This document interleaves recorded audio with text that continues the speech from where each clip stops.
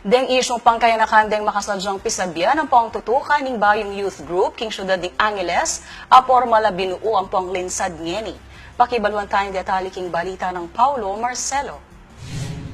Magisan metong lareng kayanakan, iba't kareng miyayalo ang barangay ng Syudad Angeles, bang pormalay lunsad ing Bayong Youth Group Keti.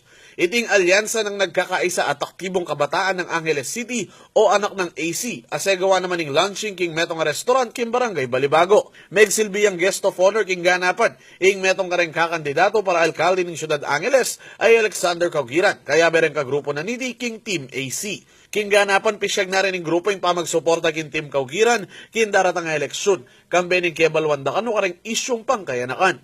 Agpang paging magsilbing officer in charge ng Bayong Grupo at salukuyan mo rin tatagal para konsehal ng syudad kin 2019 election sa Harvey Santiago, reng isyu ng kabulasan at edukasyon kanu, reng maging premerang isyong pisabyan king grupo. Ang anak ng AC inquiry na more on education and health pattern niya from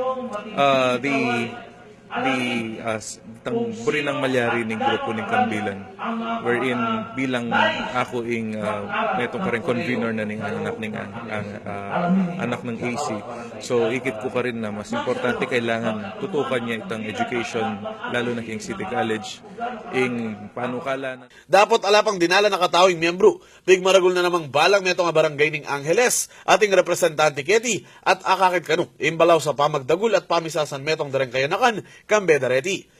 Pero I believe we are very successful when it comes to the turnout of representatives because we in target nimo mostly is 40 to 50 kasi at least one per barangay.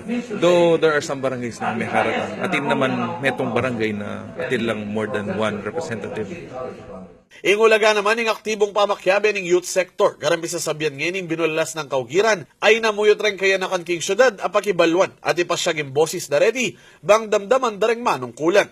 Dahil maganda ang pamamalakad at pangangasiwa ng Kapitolyo dito sa mga district hospital at ng pambansang gobyerno dito sa JBL. Bakit hindi natin magawa sa ating lungsod?